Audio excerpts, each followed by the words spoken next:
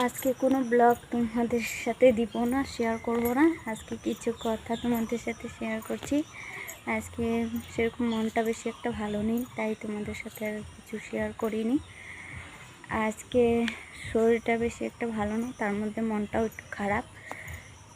আজকে জামাই ষষ্ঠী, সবাই যায় বাপের বাড়িতে। আমি একজন বাপের বাড়িতে যেতে পারি না, যেহেতু আমার হাজব্যান্ড বাড়িতে থাকে না, তাই আর কি বাপের বাড়িতে যাওয়া হয় না। আর এত বছর হয়ে গেল, মানে 14 বছর আমার হতে চলেছে বিয়ে হয়েছে, কিন্তু একবারও জামাই ষষ্ঠীতে আর কি মানে বরকে নিয়ে যেতে পারি না। কখনো সম্ভব হয়ে ওঠেনি, এত বছরের মধ্যে হয়ে ওঠেনি যে যাওয়ার জন্য। কারণ হলো গিয়ে বেশিরভাগই ওর বাবা থাকে বাইরে, আর সেই টাইমটাতেই বেশিরভাগ বাইরে থাকে, তাই আর কি বাড়িতে আসাও হয় না আর যাওয়া হয় না। এই ছিল আজকে আমার মন খারাপের কারণ।